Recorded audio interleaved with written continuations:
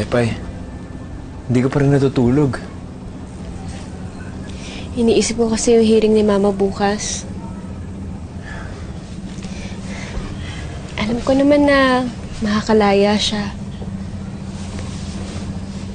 Pero hindi ko maiwasang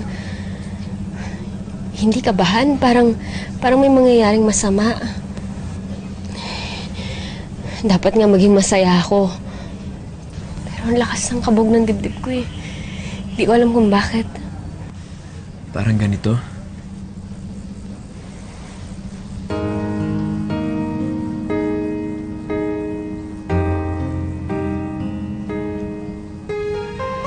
Nakabahan ka din pala? Ewan eh. Basta ganito yung tibok ng puso ko pagkasama kita.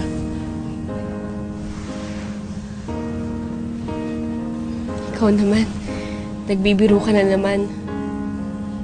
Hindi ako nagbibiro. Totoo yun. Pero gayon pa man, masaya ako. Kasi sa wakas matutupad na rin yung hiling mo sa mama mo. Kahit anong mangyari, kahit anong maging desisyon, Pepay, gusto kong malaman mo na nandito ako para sa'yo. Sige, magpahinga ka na.